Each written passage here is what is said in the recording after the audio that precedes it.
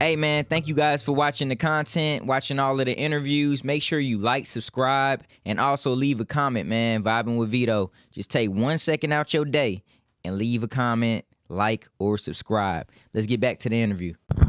Okay, we live in the crib, Vibing with Veto. Make sure you like, subscribe, and comment on the YouTube at Vibing with Veto. Also follow us on the Instagram at Vibing with Veto. You already know the slogan, we vibrating higher. And today I got special guests in the building.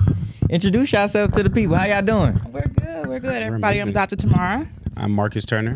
We're the Famprenuers. Famprenuers, nice to meet you all. Of course. Thank y'all for coming to Vibe with Veto. It's a pleasure, man. I got $1 million question for you all. We'll start this off. I talk to everybody, you know, and I always ask the same question. How big would you dream if you knew you couldn't fail? As big as possible. Yes. How big? Infinity. I mean, there is no limit. Yeah, there's no limit for sure. For sure. 100%. For sure. Where are you guys from? Are y'all from? Because we're in Atlanta now. Where are you guys from? Well, Marcus, you want to say where you're from? I'm born and raised in Atlanta. Yeah. Okay. I'm That's from me. Chicago. Okay. So you migrated down here, Yes. like, so you been down here for a while, or? Yes, 34 years. My grandfather's from Georgia. Okay. So that's why I came down to kind of finish the family roots. Okay. Finished, doing our family history, and then graduated college here for interior design and architecture. So, Thanks. yeah. You know they say if you're here past 20 years, you from here now. Yes. I'm a Georgia, Chicago peach. Yes. Okay, for sure. I only been to Chicago one time though, but I You also gotta visit, man. Yeah. Amazing city. It's Yeah, amazing really. city. Okay. Yeah, because like on social media they try to give Chicago like a bad rap because of the rap music, but I know it's a big city and I would love to visit too as It's well. an amazing city. I mean, I miss it. I miss the water for sure, and I miss the great food, and I miss the family. But Thanks. I love living down here as well. I just wish we had water. Yeah, we used to have this man-made like beach here, but Way What? back yeah, when. way back. See, he know what I'm talking Way about. back It was a when. man-made beach. It was like on the was a south man-made side. beach. Yeah, it was. Yeah, It's I think it was called like, wasn't it called like the man-made beach? it or was something. something? It was something else. The nickname was called the Man-Made Beach, but I can't remember what the I name don't of it even was. remember Yeah. that.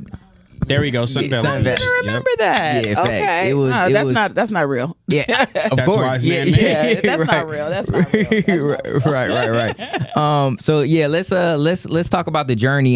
Can you guys share like the story behind the Famprenuers? Yeah, go ahead, Let my man. son do it. No, you got it. You explain it better than I do.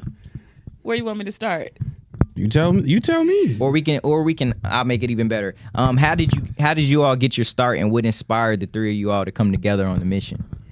Well, it's really four of us. Okay. My husband is more of a support system, so he's kind of like the background. But my two sons, Marcus and Alexander, they've been in business with me ever since they were 6 and 8. So, This is why it's better when she explains it. Right. so they've only seen their father and I in business really because we had our own business. But our number one goal is just to show that, that there is Black wealth out there. There is family that do business together. Family business does matter. I know that seems kind of weird because that's, our I slogan, love that our shirt. brand. I love that shirt. And the thing about it is there are a lot of family business, and people don't realize everything that we do on a daily basis is based on family businesses where we're purchasing from. So my number one goal, and along with their father and their bonus dad, was to show them that we can be in business for ourselves. We can work together, because people think that families can't work together. Absolutely. And that's actually not true. Or they think Black people can't work together, and that's not true. And it was important for them to know that there are more than just a job. That you do still have to start at the bottom, and they've done just about every position in the company. But because you can't think that you can be a boss and you don't have any experience as to what it's like to work at every single level. So they started when they were 6 and 8. Okay. Yep. We were cold calling at the age of 8, and I was public speaking at the age of 11. Yeah. You were public speaking at the age of bro. That's a hard job to do. Like It is. going in front of people. I mean, even like interacting like in front of a camera, like Correct. having For a sure. conversation.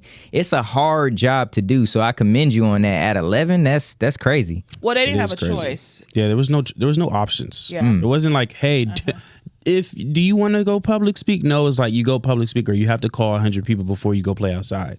Yeah, I needed them to we were having an event. I needed them to introduce me, and I'm like, what better way than to have my sons introduced, and that will eliminate their fear of being in front of people, and that's the other thing. I mean, and he was in debate.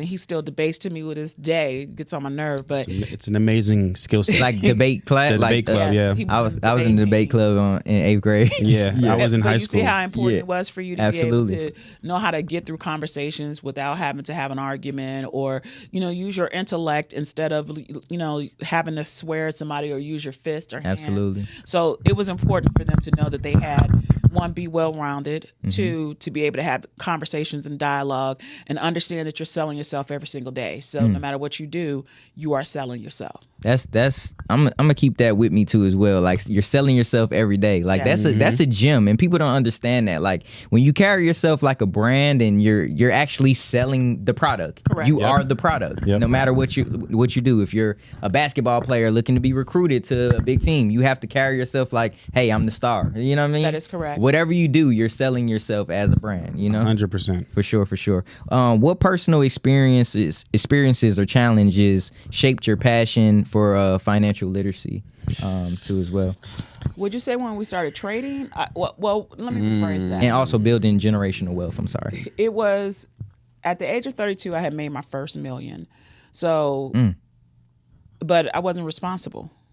We didn't have all the technology that we have now. You're talking 24 years ago. I'm 56.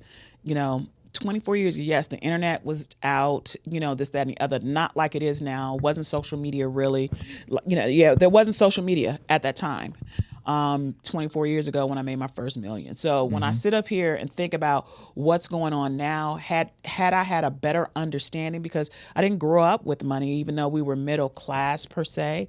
I didn't have an understanding about credit. I didn't have an understanding about investments, didn't understand about insurance, didn't understand about having a trust. I didn't understand those things. And had I known those things, what we know now, it would totally be different. And that's the problem that we have within our own community, because we're always living paycheck to paycheck or trying to survive.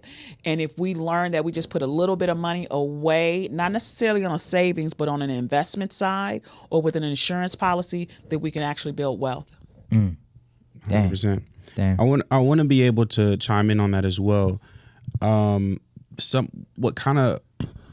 What made us get into it from a son's perspective is it was forced. Yeah. Yeah. You didn't have a choice. There was no option. There was there was no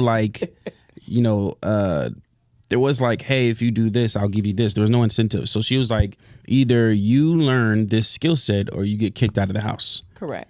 Right. So there's That's just really a what it matter of being forced, but it puts a fire under you, right? So you're learning something, and then you enjoy learning it, and then you want to continue learning it, and then you want to educate someone on it. And I got resistance. Of course you did. Wow. Of course you did. So it was like there's that. So I would say it started off in the trading skill set. Then it wasn't a family. It wasn't like I said, we've always been in the family business, but it wasn't publicly advertised that it was a family business, right? We were just doing it as a family. Like that's a difference, right?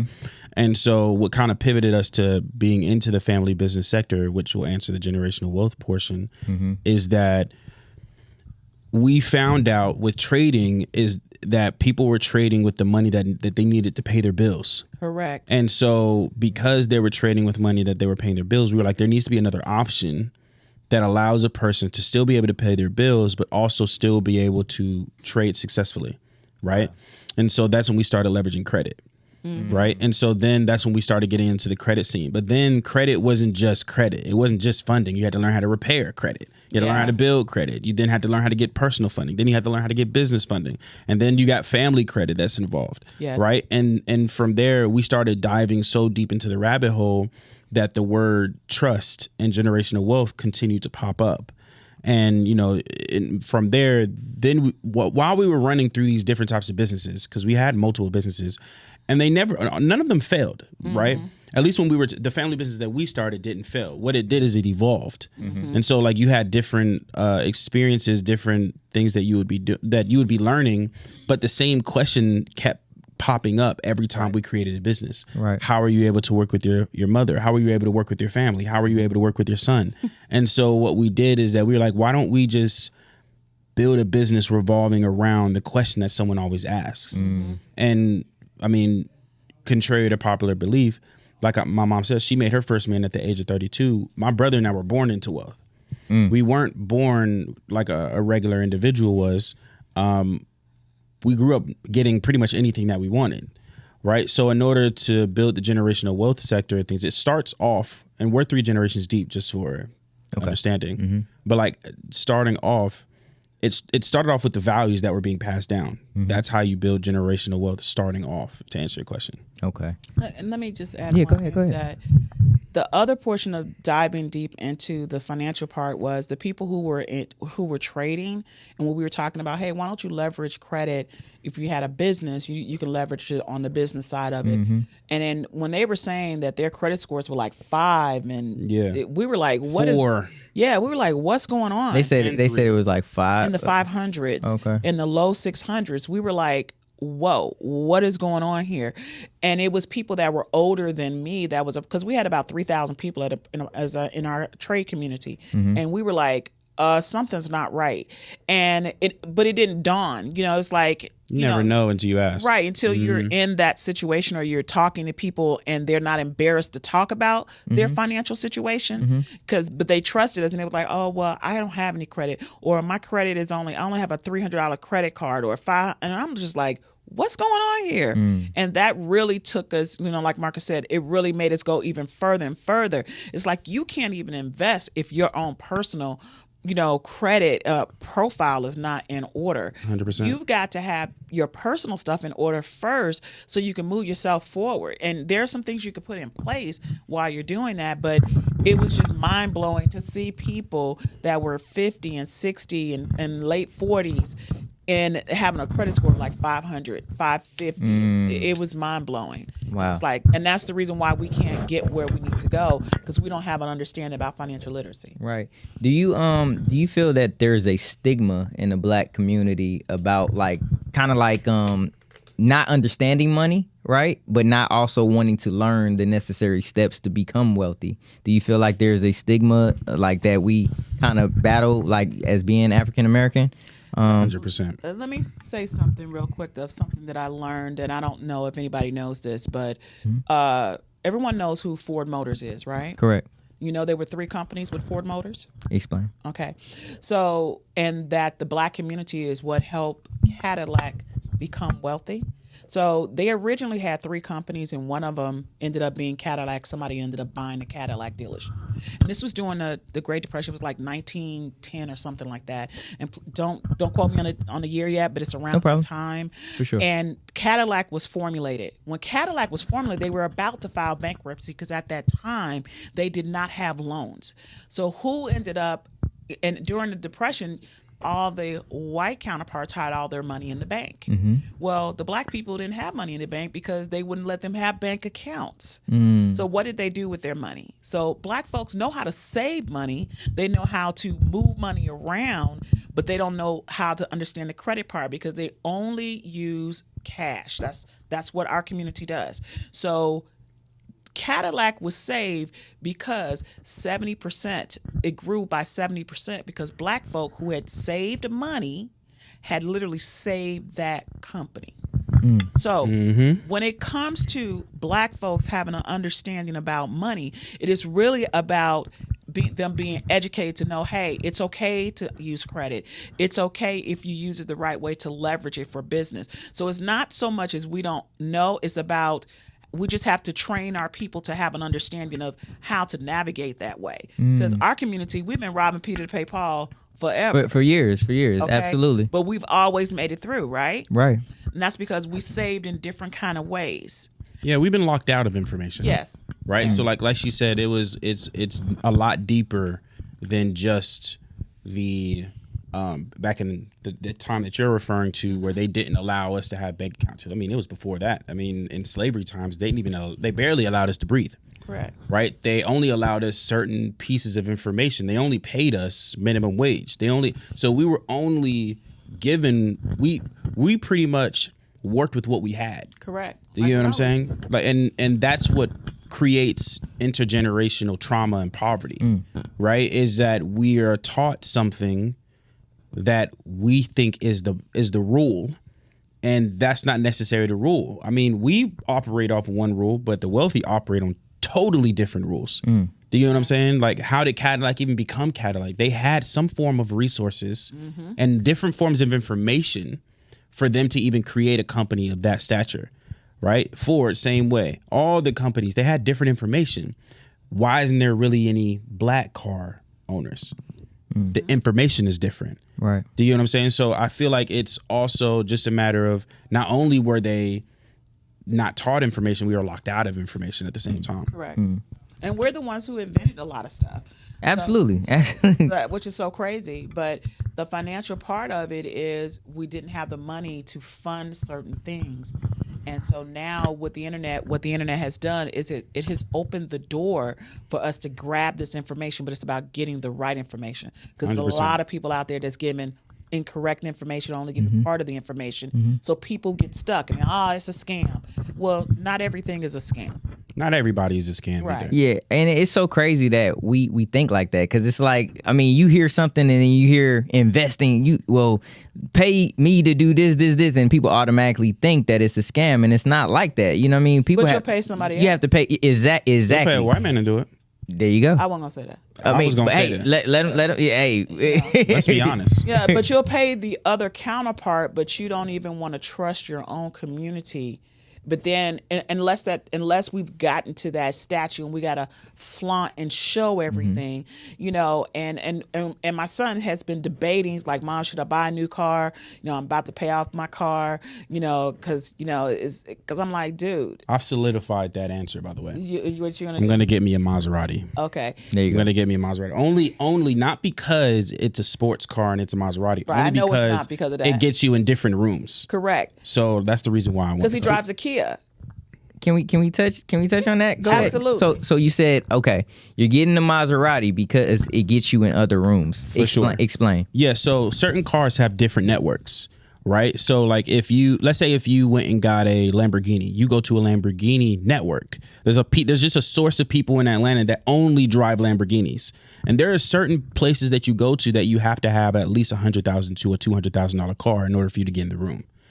Right? It's crazy. And this is real. This is real. No, this like is real. We know the people that there are only private house Louis these Vuitton events. Parties. Yeah, there are that private you have parties. to be at yeah. a certain level, certain network in order to get into those invitation rooms for Louis Vuitton. Absolutely, 1,000%. And so I'm gonna get me a Maserati only because 1, it's a sports car. 2, it creates conversation. 3, it's marketable, and 4, it allows me to get in different rooms. And 5, because in order for people to see that you're doing something, they look at what you have. Of course, the which image is crazy. It's the image. It's so crazy. But like, image is the last thing I'm thinking about. Right, for Right? him. For me, it is. For him. But for other people, But of for course, other that's what they're people, seeing. That's what they're looking at. Like, oh, he's driving that, he's doing that, instead of, oh, okay, so he's driving a Kia that is pretty much paid off. What is like a couple of months paid off, and he uses his money to leverage for something else. They're not looking at it that way. They're These like, people don't even last that long to even pay off a car, by the way. correct. In our culture. They don't. They so don't. crazy. Their cars are generally repossessed or something like that, and that's so unfortunate. Or they've turned it in for something else. And he's like, no, I'm keeping that car and I'm getting another car and I'll let somebody rent that. But they don't think that way. They're like, Wow. I just got to get a new car. Right. And then what's the crazy part about it is to have somebody in our community who literally put down for a car. It was a used car. And the amount of money that she spent on that car, she could have bought a brand new car. And I was telling her, 100%. do not ever buy a used car. You never have to buy a used car, and don't put no money down. Because I don't believe in that either. Let's be more specific. Like if you have a son or a child, get them a used car. Correct. But like for yourself, for what you need, we wouldn't Yeah, recommend. teenagers don't deserve a new car. All these For sure. parents buying new 100%. BMWs and all that. No, they need a hoopty. They need to value the vehicle. Right. They need because they're gonna They're gonna tear break it up. Yeah, they're Right. gonna do it. But for an adult, if everyone seems to think that they have to buy a used car. No, you can get yourself a brand new car. But because they think their credit is so bad, but it's understanding how you can leverage these things in order to get whatever you want. Can we talk about leveraging, and leverage? Yeah. So when you say leverage your credit to get what you want, can you kind of like expound on that? Yeah, so it's a lot deeper than just credit, right? So it goes back to what my mom was saying. When it comes to the financial industry and the people that are teaching it, they're only teaching one particular aspect of what builds generational wealth and what builds financial literacy. And one of that is credit, which is the most popular one. And the other one is a trust and an insurance policy. So like, for example, the Rockefellers, right? Everyone's familiar with them. They're familiar with the Vanderbilts. The richest family in the world. Richest family in the world. One of them, right? And so we studied 100 families in order to find out the commonalities of what makes each person different, outside of what Napoleon Hill did, okay? And so what we did is we figured out that on a holistic standpoint, the Rockefellers weren't the richest family in the world because of a trust and an insurance policy. They were the richest family in the world because they had a business, and the trust and the insurance policy was the cherry on top, right? And so what people need to establish is a family business in order for them to actually build cash flow. And the way that they build cash flow is that we focus on is creating a business online. So creating generational skill sets. And we talk about two types of generational skill sets. You have a private skill set and you have a public skill set, right? The public skill set is you making money online that I just stated before. The private skill set is you making money so one of them is making money with people and the other person is making money without people. Does that make sense? Mm-hmm. And so online, you need people in order to make money. So for example, you need us you don't need us, but the benefit of having a podcast, or the most popular style, is you talk to people in order for it to happen. Or you need people in order to operate the podcast fully, and right? people to view, so you can exactly. It's just all depending on people, right? And the other aspect that that's the private side is like Forex trading. You don't need anybody to learn how to trade Forex, right? Forex is something that is built on you and your skill set alone. Because if they shut down Instagram, which has happened numerous times, or your account gets hacked or whatever, your income is it's gone. It's a wrap. There's no reason for you to even exist on this planet anymore. And that's how people think, literally, right? And so what happens is you want to create a private skill set that allows you to make money without people being involved. And that's on a holistic standpoint of how all of these families were able to build wealth, right? Yes, they had things that, like Rockefellers had oil. Oil, you don't need people to have oil. Correct. Do you get what I'm saying? But they also had a team in order to operate the business, in order for the oil plant to be even ran, right? And in order for the business to be even going the way that it. So there's two different skill sets there. The knowledge of how to make money without a person, and then the knowledge to have someone with people to make money. Does that make sense? And understand the new wealth that's being built today. I mean, all the millionaires that are billionaires that are done today, 85% of them were leveraging some type of credit. 100%. 15% is old money, okay? 85% of the new money is from leveraging 100%. somebody else's funding in order to get you where you need to go. It's never on the back of somebody's total blood, sweat, and tears. Pinky, for example, she had a food truck, but she had to leverage some money to do that in order to get her food truck going. Now look at her now. She's a $100 million company. Wow. And it's not like you don't use credit. I'm not saying it as if you don't use credit and you don't use trust or life insurance. We use all of them. There's just a better, more efficient vehicle and a better way to leverage that. So I'll give you an example, right? Generational wealth is a trusted and an insurance policy. We specialize more on the irrevocable side than we do on the revocable side when it comes to a trust, right? But a lot of people just say, hey, you just need an insurance, you need a trust, boom, now you got generational wealth flowing. That's the hack. That's not the hack. Because the issue is that now you're creating generational trust fund babies, because none of them are financially educated in order for them to actually build wealth, right? And so the way that holistically that you should have it is there should be a vehicle that not only educates the next generation, which is true inheritance, but also create a funding machine that doesn't depend on one flywheel vehicle. Like, for example, when it comes to creating content, you have to create content. It's based off of you. Correct. But when it comes to family banking, there are different vehicles in order to build a family bank. Like, insurance is one of them. Credit is another one of them. Your business is another one of them. Stocks is another one of them. Charities is another one of them. You can give yourself grants. Do you get what I'm saying? Like How do you do that? yeah. So see, that's what I'm saying. There's different ways in doing it. Okay, yeah. So so for example, let's say you make $100,000 in a year. So we focus on what we like to call multi-layered trust system, right? Multi-layered trust structure. And so what that means is that we use 3 different trusts. We use a family trust, we use a business trust, and we use what you would like to call a ministry trust, right? Which is like a 508c1a. Faith-based organizational trust, right? Now, what that means is that it's like a 501c3 nonprofit, but on steroids. Let's just put it that way, right? And so what it is that, but the true difference is that 501c3, you have to depend on how the taxes work within the system. You know how, for example, the medieval times worked, where there was like the politics and science, and then you had the church. Okay. They had their own rules. That's what the 508 ministry trust does. You create your own rules. You don't. It's not like Vatican. Exactly. It's not like you create your own taxes. That's not what I'm saying.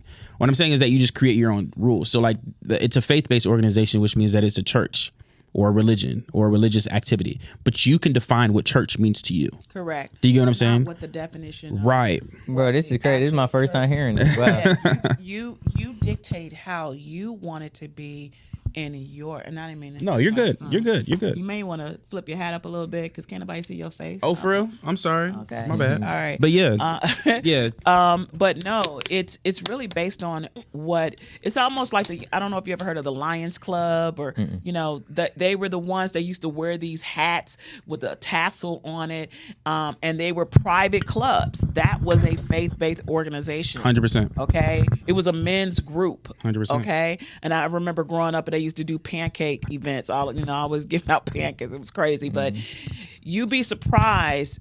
A lot of things. Yes, we're so connected that we're disconnected. We're on information overload, so we don't know where to get this information from.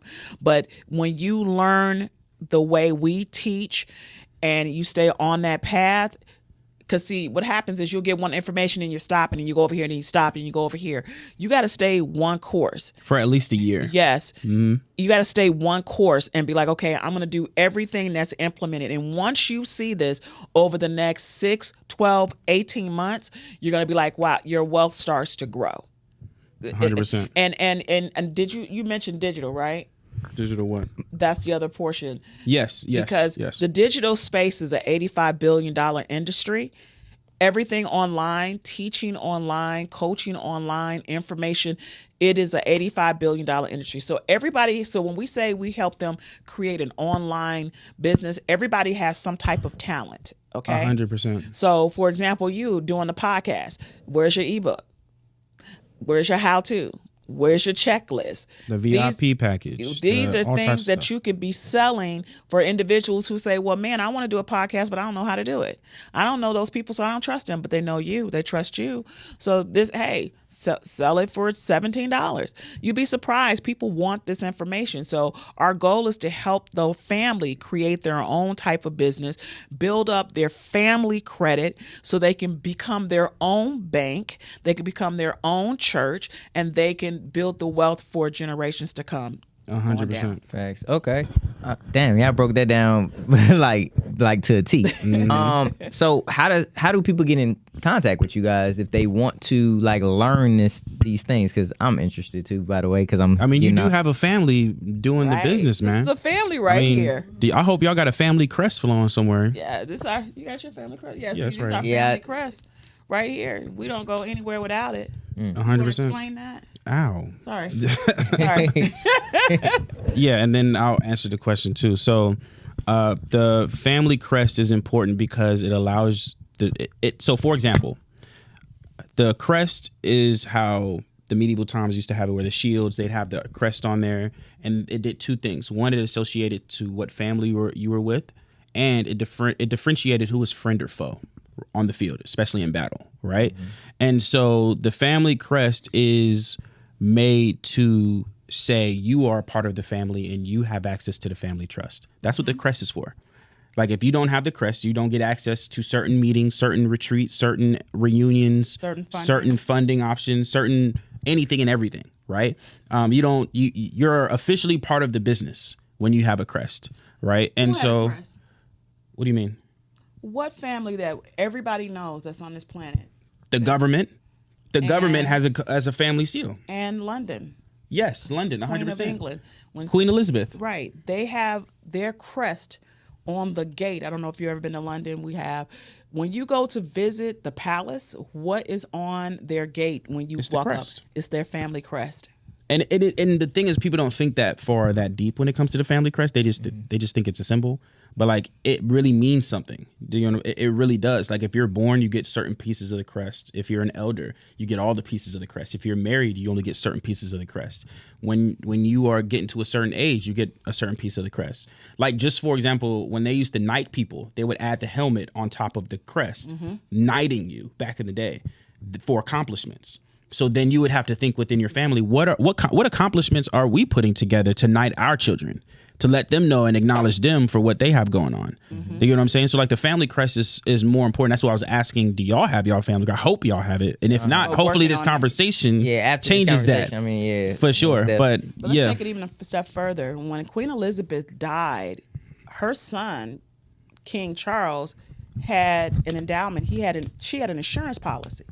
Oh, worth man. over $700 million. Yes. So again, that's passing down generational wealth. Even in Africa, when you identify certain tribes, they had their own symbols. You know, you were talking about some of your family that's here, they're from Ghana. Well, back then, they all had different tribes. That's how they were identified, through their symbols. So this is not something that's new. It's just that they don't want us to know that we can do these things and legally. that we can, legally, 1,000%. Legally do these things for your family so you can build your own wealth. Yeah, and building your own nation as well. Correct. Which is a different conversation for a different day. But to answer your original question, I'm intrigued. I like this conversation, but let's keep going. I mean, we got time. Okay. Cool, yeah. I mean, there's so many different ways that you can build wealth, right? So answer your original question. I forgot to answer it, right? So how does... Would you like for me to ask it again? Or No. I remember. Okay. I remember you had to ask, how does the charity part work? Right? And so let's say you make $100,000 in a year. You have all three of those trusts that I mentioned: the family, the ministry, and the business. So let's say you made $100,000 in your LLC. Let's say you have some expenses, right? Let's say $20,000 in business expenses. I'm just throwing numbers out there, right? That leaves you with $80,000, right? And you then pass through to the business trust, because the business trust's job is to own and protect the businesses. The family trust's job is to protect the family.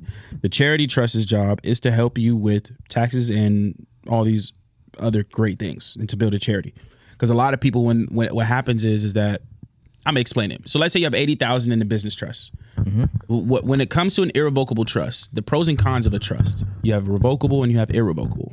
The pros and cons is revocable is where you can make changes. It's very simple. You can make changes to it, but the pros is that you do not pay taxes while you're alive, and you can become anybody, pretty much. The beneficiary, the trustee, and the grantor. So I didn't mean to cut you off, but you said the trust, you don't pay taxes? Like when you have revocable trust, you do not pay taxes. On irrevocable trust, you do pay taxes. Okay. That's the con of having a irrevocable trust. But why aren't they paying taxes? So we want to make sure, because when somebody say, they say we're not paying taxes. Yeah. So please. Of course. I mean, there's really you're alive. So it's a revocable living trust. That's the name of it, right? So it's not like you don't pay taxes on any personal things. It's just the trust internally does not pay taxes. So like an irrevocable trust, the trust pays max or between 10 to 37% internally taxes. It has nothing to do with like your personal. It has nothing to do with post-tax. If you spending something, pre-tax, if you spending something, you paying annual tax. It has nothing to do with those things. But it's internally, how you pass it through your trust. Right, which is what I was about to say. There's something called 100% distribution when it comes to a irrevocable trust, where let's say that 80,000 that we have, we can distribute, not pay 10 to 37% of those taxes, and distribute it all the way up to the family trust. And then guess what? With the family, you have family expenses, right? And so let's say that 80,000, you have 50,000 in expenses. Now you're left with 30,000, right? Now, but the thing is that family trust says that you must donate minimum 5% to a charity. most people are just going to go to a Red Cross. They're going to go to this. They're going to go to that. But we created our own charity. Boom. Which means that we can donate. And if it's a public charity, you can donate up to 60%. Right. So guess what? If we have, let's say, 30,000 left, and we donate 60% of that 30,000 to the charity, which is 18,000. Right. That leaves you with what? 12,000. Correct. 12,000 left that you were only paying taxes for. 10 to 37% in taxes. So it's not that you're paying taxes, you're just paying a reduced amount of taxes. Right. It's not like you're avoiding. This is not tax avoidance. Right. Tax avoidance is illegal. What we're doing is tax minimization. It's tax strategy. It's legal. It's completely different. You can look at the IRS code. I read the IRS code every 2 days. And just so, no, literally, it has to be every 2 days because you got to marinate, reread. You got to do certain things in order for you to move forward. But the point is that in order to answer yourself with the grants, because we have the charity in place, right? Because we donated, let's say that 18,000, now we can give ourselves grants. Now there is a particular, it cannot be for the family or the business, right? It has to be a grant towards something dealing with charity, right? But but legally, you can give yourself grants when it comes to having your own charity. Hopefully, that answers your question. I know it's a lot. It does. What's interesting is based on the tax code, you can. I can't remember what it is this year, but you can do a gift.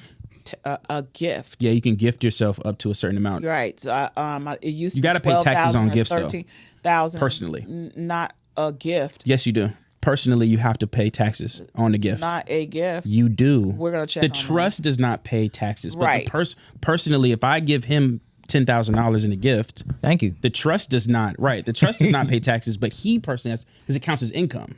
Well, it depends because, and I got to look up the code and maybe I'll record it for you and send it to you. But there is something that is a gift, meaning the person, there is a form that you have to fill out.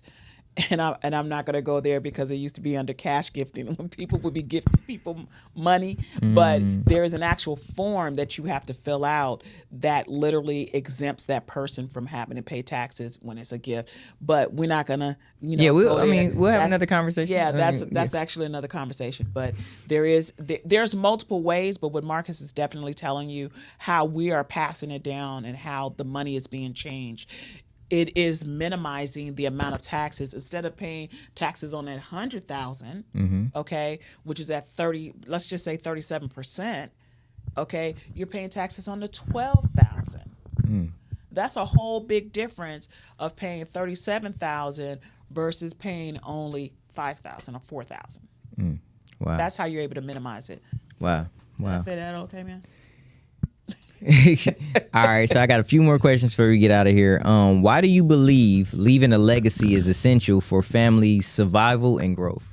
Because our people are lost and they don't, to be quite honest, we don't know if we're coming or going. We don't know anything about our family. We don't know why we act the way we do, and being able to have the legacy, it's like Marcus knows, our family tree, our DNA, all of these things are absolutely important because that's how you figure out who you are. And there are a lot of people that don't even know who their father is or their mother, or they've been in the foster care. Or track it where it is. Like, you don't know where your parents foster care. Yeah, I mean, it's sad. So this can give you can, if you don't have that, you can start doing it for yourself from this moment on. Do your DNA check, and I hate to say do your DNA because they're using it for different purposes. But if this helps you start identifying who you are, so you can start building that for your family, this is where you start. You start with you. Yeah. I'm sorry, I don't want to cut you off, but we have to go. Okay, that's cool.